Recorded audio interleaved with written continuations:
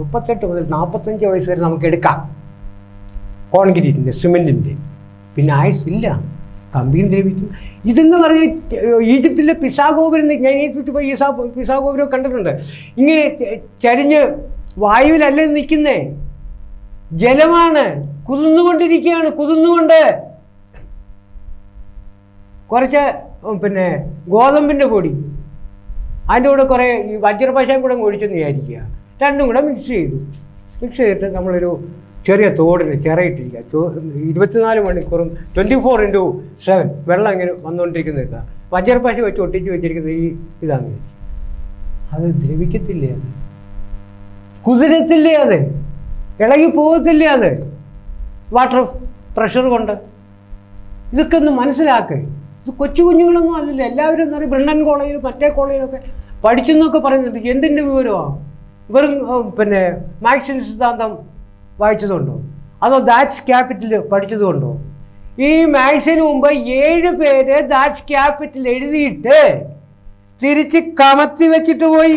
ഇങ്ങനെ ഇരുന്ന സാധനം, ഇങ്ങിരുന്ന ആ സിദ്ധാന്തം അവർ നേരെ കമത്തി വെച്ചിട്ട് പോവുക ചെയ്തത്. കാരണം ഇത് ലോകത്ത് ഒരിക്കലും നടപടി വരുന്നതല്ലെന്ന് അവർക്ക് മനസ്സിലായി. എന്തുകൊണ്ടാണ് അത് ലോകത്ത് വരാൻ പറ്റാത്തതാണെന്ന് പറയാൻ കാരണം? അതിന് പറ്റാത്തതിൻ്റെ കാരണം വളരെ സിമ്പിൾ. ഒരുപാട് ദീർഘിപ്പിക്കേണ്ട ആവശ്യമൊന്നുമില്ല. മാർഗരറ്റ് താച്ചർ 10 വർഷം, മാർഗരറ്റ് താച്ചർ നല്ലൊരു ജേർണലിസ്റ്റാണ്, ബ്രിട്ടീഷ് പ്രധാനമന്ത്രിയായിരുന്നു. ഞാൻ നേരിട്ട് കണ്ടിട്ടുണ്ട്. ഇന്ദിരാ പ്രിയദർശിനെ ഇന്ത്യയെ കാണാൻ വന്നതായ സമയത്ത് 1984 ഞാൻ കണ്ടിട്ടുണ്ട്, ഇന്ദിരാഗാന്ധി ഭരിക്കുന്നതിന് മുമ്പ്. അതുപോലെ തന്നെ ഗോർബച്ചേവിനെ കണ്ടിട്ടുണ്ട് നേരിട്ട്. ഷെയ്ക്കാൻ കൊടുക്കാൻ പറ്റും. സാഹചര്യത്തിലാണ് കണ്ടത്.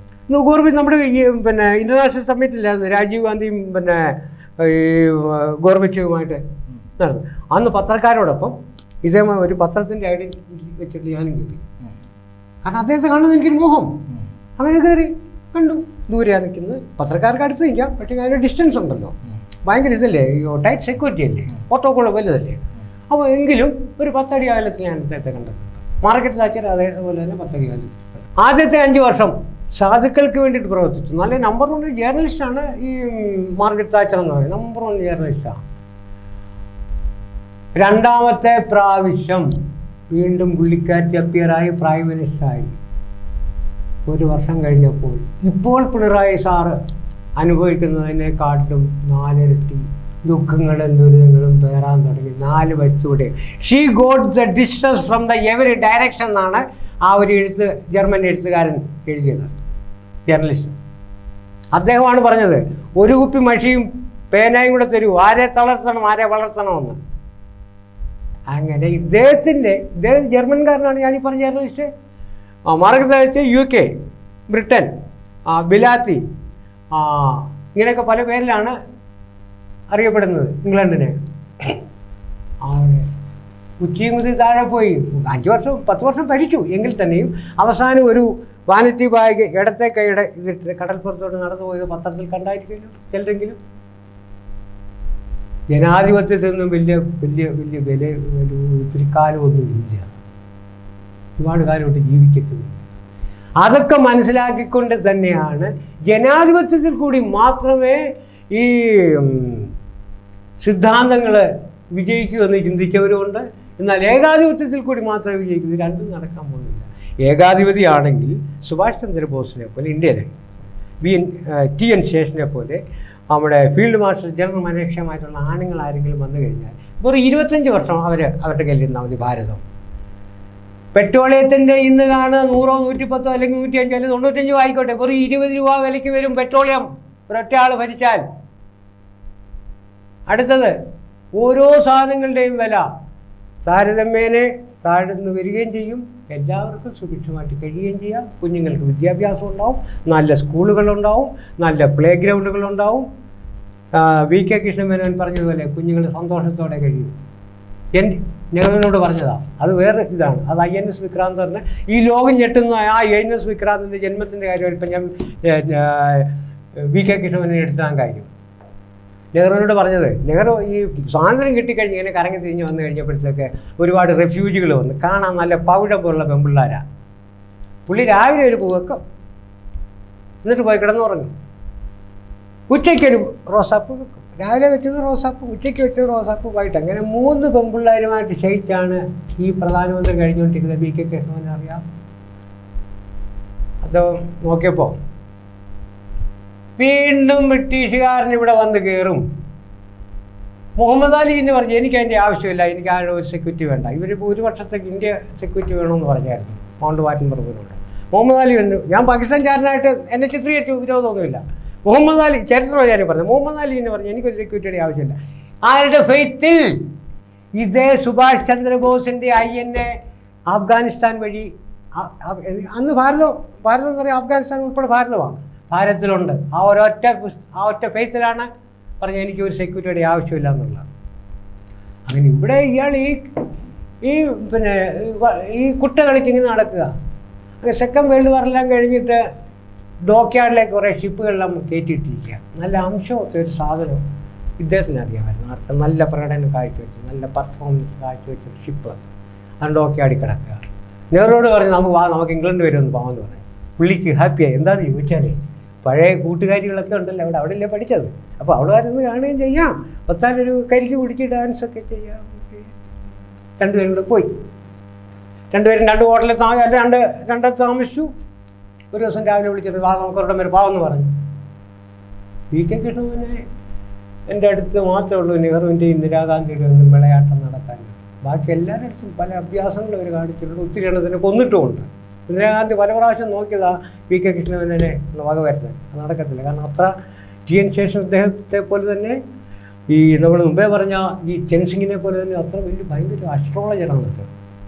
കാര്യം മുൻകൂട്ടി ഗ്രഹിക്കാൻ പ്രാപ്തിയുള്ളൊരു. ഞാൻ കോഴിക്കോടുകാരനായിരുന്നു. അതെ, ഞങ്ങളെ കോളേജിൽ പഠിച്ചാണ്, സാമൂതിരി ഗുരുവായൂരപ്പൻ കോളേജ്. അത് തന്നെ.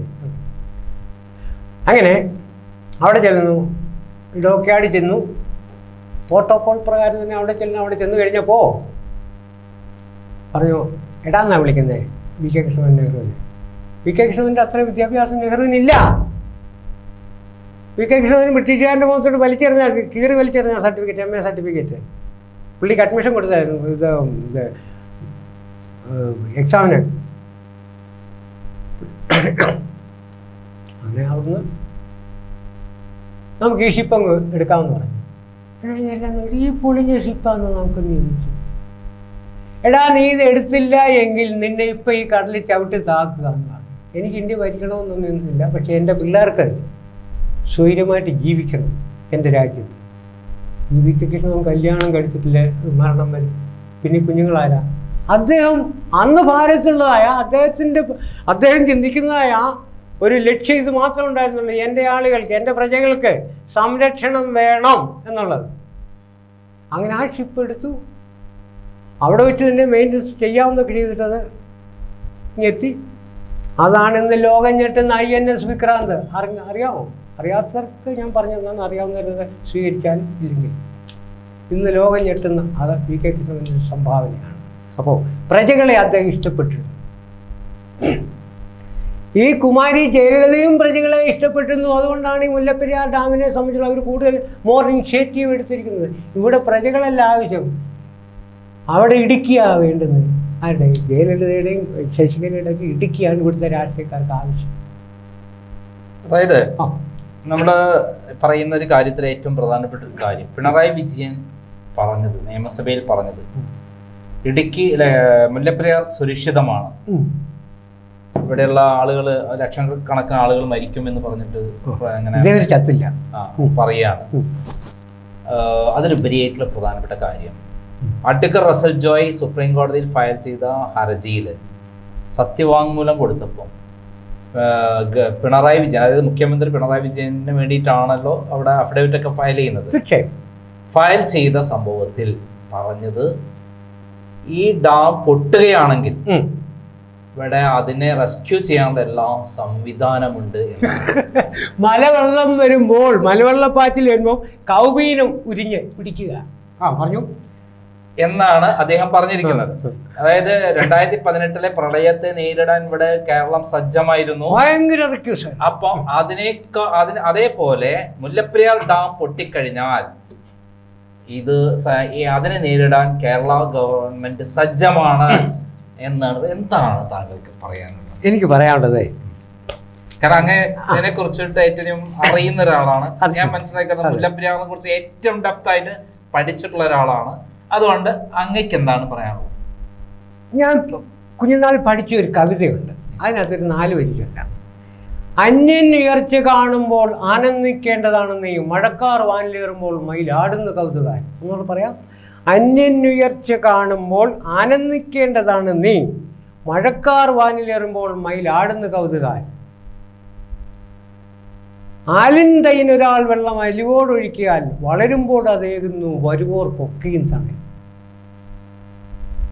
താൻ കൊടുമ്പയിൽ കൊണ്ടിട്ട് തണലേകുന്ന ദൈവരം നിനക്ക് ദുഃഖം വന്നാലും നിൻ നന്മ എവിടെയല്ലേ നീന്ന്. ഈ രാഷ്ട്രീയക്കാരെ സംബന്ധിച്ചിടത്തോളം ഈ പറയപ്പെടുന്ന ഈ 4 വരി കവിതയ്ക്കകത്ത് എല്ലാം സ്വന്തമായിട്ട് വിഴുങ്ങണമെന്നുള്ളതല്ലാതെ പ്രജകളെ സംബന്ധിച്ചിടത്തോളം അവൻ എവിടെ കൂടെ പോയി തൊലഞ്ഞാലും, അവൾ എവിടെ കൂടെ പോയി വ്യഭിചരിച്ചാലും, അവൾ എവിടെ കൂടെ പോയി ഗർഭം ധരിച്ചാലും നോ പ്രോബ്ലം, എനിക്ക് ദീപസ്തംഭമാശ്ചര്യം, ഇത്രയേ ഉള്ളൂ. അതിൻ്റെ മറുപടി ഇതാണ്. എൻ്റെ പൊന്നു സാറേ ക്ഷമിക്കണം, ഇനി എന്നോട് കൂടുതൽ ചോദിച്ചു കഴിഞ്ഞാൽ ഞാൻ വയലൻ്റ് ആവും. അതുകൊണ്ട് ഏതെങ്കിലും ഒരു ശക്തിക്ക് ലോകത്തില്, അമേരിക്കയുടെ ഏറ്റവും വലിയ ശക്തിയായ അമേരിക്ക, അവരെ സർവ്വസന്നാഹവും, റഷ്യയുടെ എല്ലാ സന്നാഹവും, ചൈനയുടെ സന്നാഹവും, ഇന്ത്യയുടെ സന്നാഹവും എടുക്കുകയായിരിക്കാം. ഈ മുല്ലപ്പെരിയാർ ഡാം പൊട്ടി വരുന്ന ബോംബ്, ജലബോംബാണല്ലോ, വാട്ടർ ബോംബ്. ആ ബോംബിനെ നേരിടാൻ, റെസ്ക്യൂ ചെയ്യാൻ, ഈ 50 ലക്ഷം ജനങ്ങളെ സംരക്ഷിക്കാൻ ഏതെങ്കിലും തരത്തിൽ കഴിയുമോ? ആ നിയമസഭ എടുത്ത് അവിടെ കൊണ്ടുവെക്കും. ഹൈക്കോർട്ട്, സുപ്രീം കോടതി 3 കേസായിട്ട് അവിടെ ഇരുന്നുള്ളൂ, തടഞ്ഞുകൊള്ളു. ഈ സത്യത്തിൽ ഇങ്ങനെയൊക്കെ ഈ പറയുന്നതിൻ്റെ കാര്യം എന്താണെന്ന് ചോദിച്ചു കഴിഞ്ഞാൽ, പ്രേരണ, സാമ്പത്തികമായിട്ട് കിട്ടി, ഭൂമി കിട്ടി, അവിടെ ബംഗ്ലാവുകൾ കിട്ടിയിട്ടുണ്ട്. 500 കോടി പിണറായി വിജയൻ കിട്ടി എന്നുള്ള പ്രചരണമാണ് പുറത്തു വന്നത്. അത് സ്റ്റാൻഡേർഡ് പത്രങ്ങൾ, അത് വാക്കുകൾ കുറച്ചെങ്കിലും മഞ്ഞപ്പത്രങ്ങളാണ് അതിനെ വിശദമായി എഴുതുന്നത്, മഞ്ഞപ്പത്രമാണെന്നൊക്കെയാണ് ഇപ്പോഴത്തെ പ്രസ്താവനകളൊക്കെ. അതെല്ലാം ഞാൻ സ്വീകരിക്കുന്നുണ്ട്. ഞാനെന്നല്ല, ഞങ്ങൾ ശില്പികൾ ഇതെല്ലാം കാണുന്നുണ്ട്, കേൾക്കുന്നുണ്ട്, വിശ്വസിക്കുന്നുണ്ട്. ഞങ്ങൾ സാധുക്കളാണ്, ഞങ്ങളെ ഇളക്കി വിടല്ലേ. ശില്പികൾക്ക്, എഴുത്തുകാർക്ക് ഇവർക്കൊക്കെ ഒരു വ്യത്യാസം എന്നറിയാം. ഇവൻ്റെ നഖം വളരുന്ന അറിയത്തില്ല, ഇവൻ്റെ താടി വളരുന്ന അറിയത്തില്ല, ഇവൻ്റെ മുടി വളരുന്ന അറിയത്തില്ല. അവൻ്റെ ചിന്ത എന്ന് പറഞ്ഞാൽ ഈ നമ്മുടെ ഒരു പഞ്ചായത്തിലെ, ഞാൻ ഏതെങ്കിലും പഞ്ചായത്തിലെ ഒരു വാർഡിൽ ജനിച്ചു, ആ പഞ്ചായത്തിലെ ആ വാർഡിലെ ജനങ്ങൾ മാസം നന്നാവണമെന്ന് ചിന്താതിക്കാനല്ല, അല്ലെങ്കിൽ എൻ്റെ കുടുംബത്തെ മാസം സംരക്ഷിക്കണമെന്നില്ല. ലോകജനതയ്ക്ക് നന്മ വരാൻ വേണ്ടിയുള്ള കാര്യങ്ങൾ മാത്രമേ ചെയ്യത്തുള്ളൂ. അതുകൊണ്ട് രാഷ്ട്രീയക്കാർ ഞങ്ങളോടൊപ്പം വരണമെന്ന് ഒരിക്കലും പറയുന്നില്ല, മറിച്ച് ഞങ്ങളെ ഇളക്കി വിടരുത്. ഇളക്കി വിട്ട് കഴിഞ്ഞാൽ പണ്ട് RSSകാർ പറഞ്ഞ പോലെ ഞങ്ങൾ ഉറങ്ങുന്ന സിംഹമാണെന്ന് പറഞ്ഞ പോലെ, ഇത് സിംഹത്തിൻ്റെ കാര്യം പറയാം. അപ്പോൾ അത് ഇതിനൊക്കെ നമുക്ക് കമ്പയർ ചെയ്ത് വരാം. ഞങ്ങൾ ഗുജറാത്തിൽ പാകിസ്ഥാൻ ബോർഡറിൽ നിന്ന് ഏതാണ്ട് ഒരു 140 കിലോമീറ്റർ ഇപ്പുറത്തായിട്ട് ഈ വാഗാ ബോർഡറിൻ്റെ ആ ഭാഗത്ത് വലിയൊരു പ്രോജക്റ്റാണത്, ഡിഫൻസിന് വേണ്ടിയിട്ടൊക്കെ ഉള്ളതാണ്. അവിടെ ഞങ്ങൾ എത്തി 10-12 ദിവസം കഴിഞ്ഞ് ഒരു 3 ദിവസത്തെ കണ്ടിന്യൂ ലീവ് കിട്ടി. കമ്പനിക്കെന്നല്ല, അവിടെ നമ്മുടെ എന്തോ അടുത്തൊരു വിശേഷത എന്തൊക്കെയാണ്. അപ്പോൾ എൻ്റെ കൂടെ വേറൊരു 2-3 മലയാളികളുണ്ട്. പറയും, സാർ ഒരു കാര്യം ചെയ്യും, നമുക്ക് നമ്മുടെ വണ്ടിക്ക് ഫ്യൂവൽ അടിക്കാം, കമ്പനിയുടെ വണ്ടി നമുക്ക് എടുക്കാം, നമുക്ക് ഈ ഗുജറാത്തിൻ്റെ സൗത്ത് സോണിലേക്ക് ഒന്ന് സഞ്ചരിക്കാമെന്ന് പറഞ്ഞു.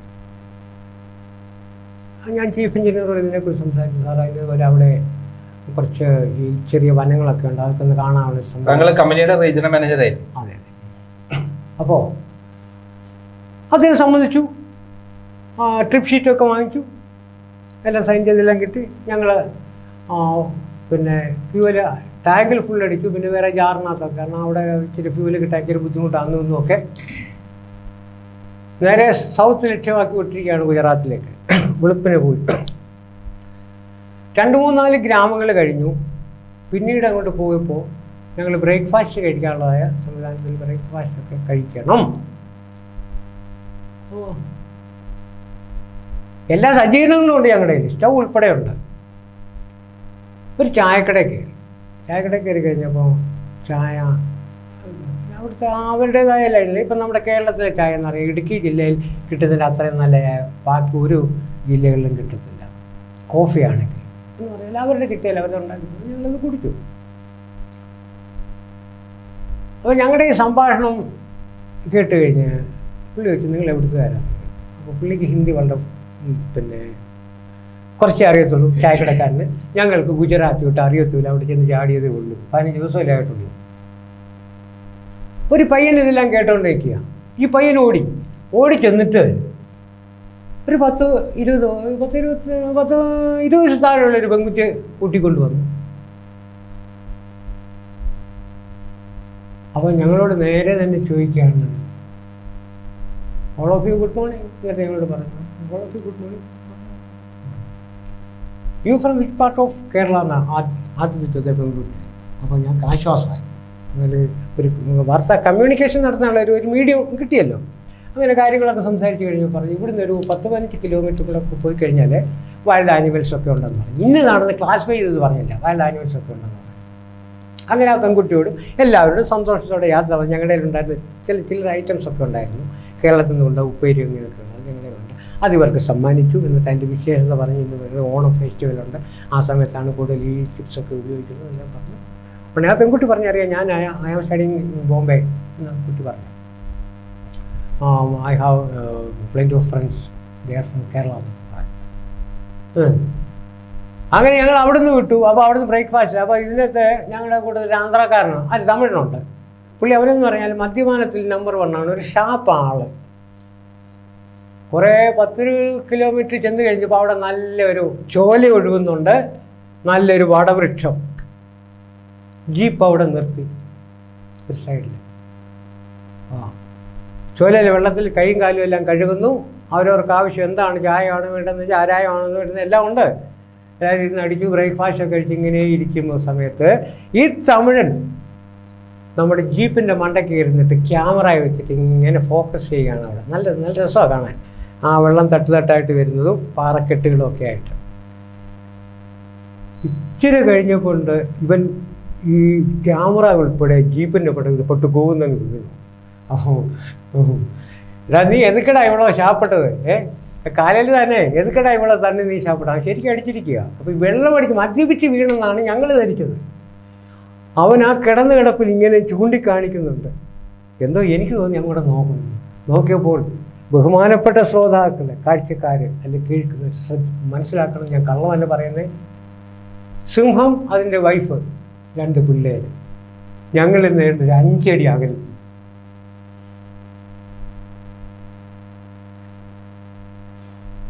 ഞാൻ പെട്ടെന്ന് 2 കയ്യിലേ ഉള്ളൂ, 2 പേരുടെ വായങ്ങ് പൊത്തി. അവന് ഒച്ച ഉണ്ടാക്കിയത് ഇങ്ങനെ ചാടും. ഇവര് എന്നിട്ട് കുറേ സമയം ഇരിക്കുന്ന ഈ സിംഹവും ഈ ഹസ്ബൻഡും വൈഫും ഈ കിഡ്സും കൂടെ അവിടെ ഇരിക്കുക. ഞാനിങ്ങനെ നോക്കി, ശബരിമല ധർമ്മശാസ്താവേ ശബരിമല ധർമ്മശാസ്താവ് പുലിയുടെ പറയല്ലേ, വിഷമത്തിൻ്റെ അല്ലല്ലോ. എന്നാൽ നമ്മൾ അറിയാതെ ഇത് വന്നു പോയി കഴിഞ്ഞു പോകും. ഈറ്റുങ്ങൾ 4 പേരും കൂടി സാവധാനത്തിൽ ആ ജലാശയത്തിലേക്ക് ഇറങ്ങുന്നു, വെള്ളം കുടിക്കുന്നു. പിന്നെ അവർ വെയിറ്റ് ചെയ്തില്ല, ലൈനായിട്ട് നടന്നുപോയി. ഞാനിങ്ങനെ തൊഴുതു. ഈ സിംഹക്കുട്ടികളും ഈ സിംഹ ഹസ്ബൻഡും വൈഫും വാല് പൊക്കിട്ട് ഞങ്ങളെ വിഷ് ചെയ്തിട്ടാണ് അത് പോയത്. ഇത് ജീവിതത്തിൽ വലിയൊരു എക്സ്പീരിയൻസ് ആണിത്.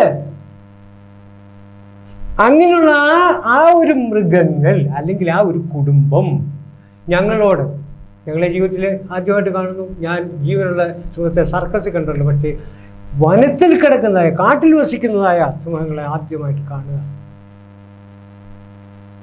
അതുങ്ങളുടെ സ്നേഹം, അതിൻ്റെ ഒരു 25% എടുത്താൽ മതി. ഇവിടുത്തെ ഭരണാധികാരിയും പ്രതിപക്ഷവും സ്വൈര്യമായിട്ട് നമുക്കിവിടെ ജീവിക്കാം. അതെന്തുകൊണ്ട് ചിന്തിക്കുന്നില്ല? കാശ് മതിയോ? ഇടാവുക, ഞാൻ വലിയൊരു പിരിവെടുക്കാം, അതങ്ങനെ തന്നെ ആ ബക്കറ്റ് അങ്ങ് തന്നേക്കാം, എന്നാലെങ്കിലും അടങ്ങ്, ഉണ്ടാക്കലൊക്കെ നിർത്ത്. പിന്നെ മണ്ണിനെയും മനുഷ്യനെയും ജീവജാലങ്ങളെയും പ്രകൃതിയെ സംരക്ഷിക്കാൻ നോക്കും. മുമ്പ് അങ്ങ് ചോദിച്ചതിൻ്റെ മറുപടി തരാം. ഈ മാക്സിന് മുൻപ് 7 പേര് ഇത് കമത്തി വെച്ചേച്ച് പോയതിൻ്റെ കാരണം ഇതാണ്. കാരണം ഇങ്ങനെയൊക്കെ വരുമെന്ന് അറിയാമായിരുന്നു. മാർക്സിയൻ സിദ്ധാന്തങ്ങളൊക്കെ പഠിക്കുന്നതിന് എഴുതുന്നതിന് മുമ്പ് തന്നെ ഇവിടെ രാജാക്കന്മാരുണ്ടായിരുന്നു. അവർക്കറിയാമായിരുന്നു ഈ മുല്ലപ്പെരിയാർ ഈ ഡാമുകളൊക്കെ കേരളത്തെ കണ്ടമാനം ഉപദ്രവിക്കുന്നുണ്ട്. ജനാധിപത്യത്തിലേക്ക് വന്നു കഴിഞ്ഞപ്പോഴത്തേക്ക് അഴിച്ചു പറിച്ചു. അങ്ങനെ ഇട്ടിരിക്കുക. എന്താന്ന് വെച്ചാൽ കാണിച്ചു എന്നുണ്ട്. പലാശപുഷ്പ സങ്കാശം, താരകാഗ്രഹമസ്തകം, സിംഹികാ ഗർഭസംഭൂതം തം രാഹു പ്രണമാമ്യോ. ഈ രാഹു കേതു ഇങ്ങനെ രണ്ടാണ്, ഒറ്റയാള് തന്നെയാണ്. പാലാഴി കടഞ്ഞപ്പോൾ ഏറ്റവും അവസാനമായിട്ട് പൊങ്ങി വരുന്നതാണ് അമൃത്. ഈ അമൃത് വിളമ്പാൻ വേണ്ടി മഹാവിഷ്ണു പെൺവേഷം കിട്ടി. വിളമ്പുന്നതിന് മുമ്പായിട്ട് പറഞ്ഞ് ആരും കണ്ണു തുറക്കരുത്, കണ്ണടച്ചിരുന്നോളെ, ഞാൻ വിളമ്പി കഴിഞ്ഞിട്ട് വിസിലടിക്കുമ്പോൾ മാത്രമേ കഴിക്കാവുള്ളൂ.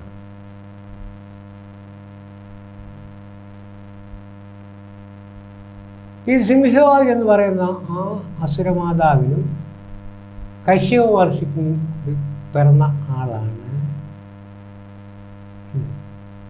രാഹുൽ കേതുവായിട്ട് മാറിയത്. അതിസുന്ദരണം. അമ്മയുടെ സൗന്ദര്യം, അച്ഛൻ്റെ അറിവ്, ദേവഗണങ്ങളുടെ ലൈനിൽ കയറിയിരുന്നു. അദ്ദേഹം പിടിച്ചു. ദേവേന്ദ്രൻ ഓർഡർ ഇട്ട് ഇവനെയും കൊണ്ടുവരാൻ പറഞ്ഞു. ഇവനെ ഇദ്ദേഹത്തെ പിടിച്ച് കെട്ടി. സ്വരഭാനു എന്നാണ് ഈ കുഞ്ഞിൻ്റെ പേര്, അല്ലെങ്കിൽ ആ രാഹുവിൻ്റെ കേതുവിൻ്റെ പേര് സ്വരഭാനു. കഴുത്ത് വെട്ടിയേക്കാൻ പറഞ്ഞു. ഓർഡർ ഇട്ടു. കിങ്കരന്മാർ കഴുത്ത് വെട്ടി. 3-4 ദിവസം അതിലെല്ലാം നടന്നു.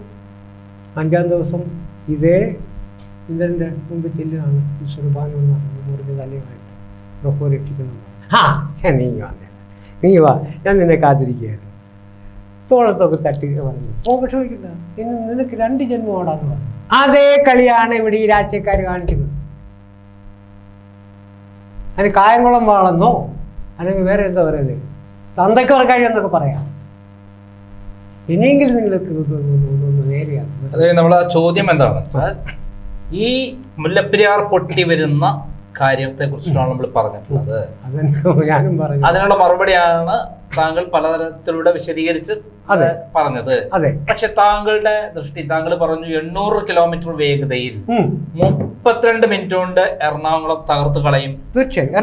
അതിന്റെ ഒരു വരവിനെ കുറിച്ചിട്ട് ഏതൊക്കെ തരത്തിലുള്ള, ഏതൊക്കെ ഭാഗത്തിലൂടെ, എത്ര വേഗത്തിൽ ആണ് ഓരോ ഭാഗത്തിലൂടെ വെള്ളം പൊട്ടി ഒഴുകി വരുന്നത് എന്ന് വിശദീകരിക്കാമോ? കാരണം താങ്കൾ അതിനെ കുറിച്ചിട്ട് ഒരു വാസ്തുശില്പി എന്നുള്ള രൂപത്തിൽ താങ്കളുടെ മുത്തശ്ശൻ പണിഞ്ഞിട്ടുള്ള ഇതെന്നുള്ള ഒരു വാസ്തുശില്പി ആയിരുന്നല്ലോ ഇതിന്റെ ഈ. അപ്പൊ താങ്കൾക്ക് അതിനെ കുറിച്ച് ജനങ്ങൾക്ക് ബോധവാന്മാരാവേണ്ടത് വളരെ അത്യാവശ്യമായ ഒരു കാലഘട്ടമാണത്. എങ്ങനെയായിരിക്കും പൊട്ടി, ഏത് വിധത്തിൽ, എത്ര വേഗത്തിൽ ഓരോ തകർത്ത് പലരും ധരിച്ച കാറിലൊക്കെ രക്ഷപ്പെടാനാണ്. എങ്ങോട്ട് കാറേ പോകാന്ന്, കാറിൽ പോവുകയുള്ളൂ. അല്ല കാറേ കയറി പോലെ കാറിൽ പോകും. ഒറ്റ കാറിൽ അയ്യോ, അതാണ് കാറിൽ പോകും. കാറി വെച്ചങ്ങ് പോവുക. ഇതിനോട് ചേർന്നകത്തോട്ട് നമ്മുടെ ഡാം പൊട്ടിയപ്പോ കാർ എടുത്ത് പോയ ആൾക്കാരെല്ലാം, കാറിലുള്ള ആൾക്കാരെല്ലാം തന്നെ അതിൽ ഉണ്ടായ അനുഭവം അറിയാലോ. പൊട്ടി വരുമ്പോ കാർ എടുത്തിട്ട് എല്ലാവരും ബാങ്ക്യാവോ ഡാം വെളുപ്പാങ്കാരെന്താ പൊട്ടി, ഏത് കാറെ കയറിയെന്നാ പറയുന്നത്. അപ്പോൾ മൂവാറ്റുപുഴയാറ്, മീനച്ചിലാറിൽ അവസാനമായിട്ടാണ് വരുന്നത്. അച്ചൻകോവിലാറ്, പമ്പ, മണിമല, ഈ റൂട്ടിൽ ഉള്ള ഒരൊറ്റ പാറ. ഇത് ഞാൻ ഡിസ്റ്റൻസ് പറഞ്ഞുതരാം. നമ്മുടെ മൂവാറ്റുപുഴയാറ്, അച്ചൻകോവിലാറ്, ഇതിനിടയ്ക്ക് 4-5 ആറുകളുണ്ടല്ലോ, പുഴകളുണ്ടല്ലോ. മണിമലയാറ്, മണിമലയാറ്, പമ്പ, മീനച്ചില് പല കൈവഴികളുണ്ട്. എല്ലാം ഇവിടുന്നാണല്ലോ വരുന്നത്. അല്ല, ഇതെല്ലാം കൂടെ ഒന്നിച്ചായ ഒഴുകുന്നത്. ഒരൊറ്റ പാറക്കെട്ട് പോലും കാണുകയല്ല.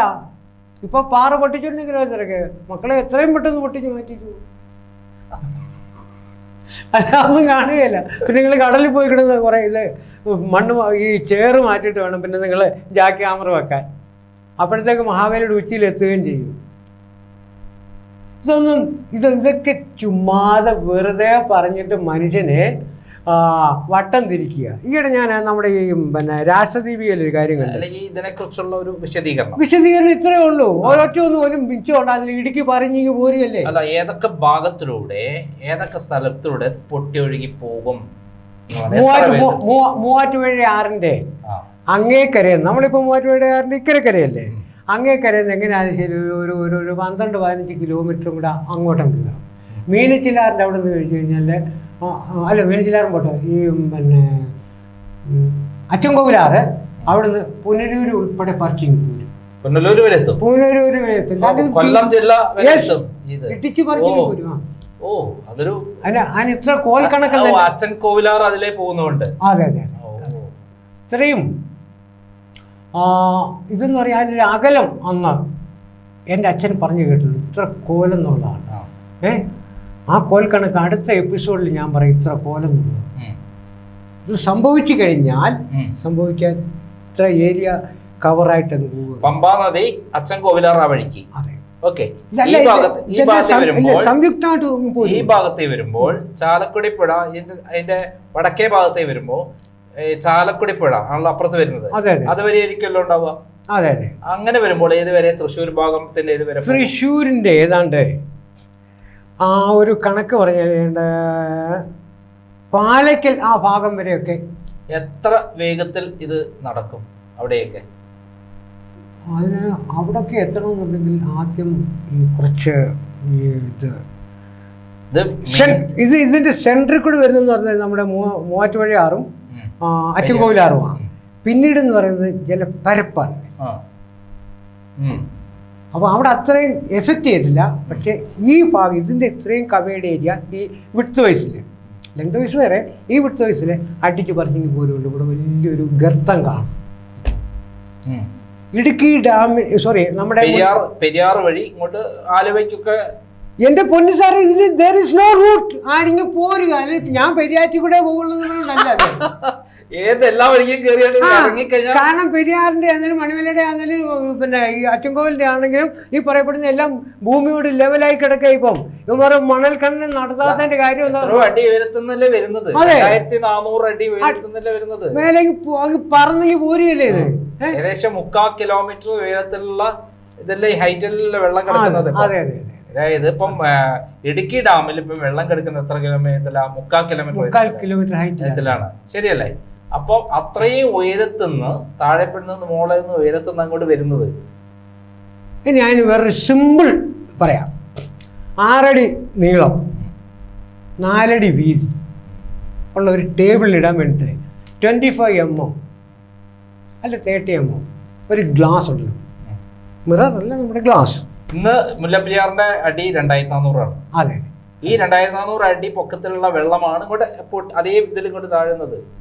അപ്പൊ നമുക്ക് ഈ ഗ്ലാസിന്റെ കാര്യം പറയാം. ഗ്ലാസിന്റെ കാര്യം അങ്ങേക്ക് അത് മനസ്സിലാവും. ഓക്കെ. അപ്പൊ അത് ടേബിളിന്റെ മേലോട്ടിടാൻ പോയി. ടേബിളിന്റെ പണിയൊക്കെ തീർന്നു. ഈ ഗ്ലാസ് എടുത്തിടാൻ വേണ്ടിയിട്ടാണ്. ഈ 2 പേരോട് കൂടി ബലമായിട്ട് പിടിച്ചിങ്ങോട്ടൊന്ന് ഒരാളുടെ കാലം തെറ്റി ഗ്ലാസ് കയ്യിൽ നിന്ന് പോയി. മറ്റേ ആളുടെ അടുത്ത് വെയിറ്റ് കൊണ്ടുവന്ന് താഴെ ഈ ഗ്ലാസ് താഴെ വീണ് കഴിഞ്ഞാൽ പൊട്ടിയല്ലേ, ചിഹ്നം ഭിന്നമായില്ലേ. അത്രേ ഉള്ളൂ അതിന് പറയാനുള്ളൊരു ഇതാണ്. അല്ല, അതിനകത്ത് ഞാൻ മീനച്ചിലാറ്റി കൂടെ പോകുള്ളൂ. അല്ല, ഇനിയിപ്പോ ഇതേ വഴിക്കന്നെ വരണമെന്നുണ്ടോ? വേറെ മലകൾ കിട്ടിച്ചിട്ട് വേറെ വഴിക്ക് പോയിക്കൂടെ? ആ മലകൾ ഇടിച്ചെന്ന് പറയാം, ഏതായാലും പാണ്ടിയിലേക്ക് പോവുകയില്ല, ഈ കേരളത്തിലേക്ക് തന്നെയാണ് വരിക. അതെ. എന്തായാലും പത്തനംതിട്ട ജില്ല പോകും. ഇടുക്കിയുടെ ഈ അതായത് നമ്മുടെ ഈ മുല്ലപ്പെരിയാർ ഡാമിന്റെ അവിടെ നിന്ന് 1.25 കിലോമീറ്റർ കൂടെ അങ്ങോട്ട് മാറിയിട്ട് അവിടുത്തെ മണ്ണ് സഹിതം ഇടിഞ്ഞാ ഇങ്ങോട്ട് വരുന്നത്.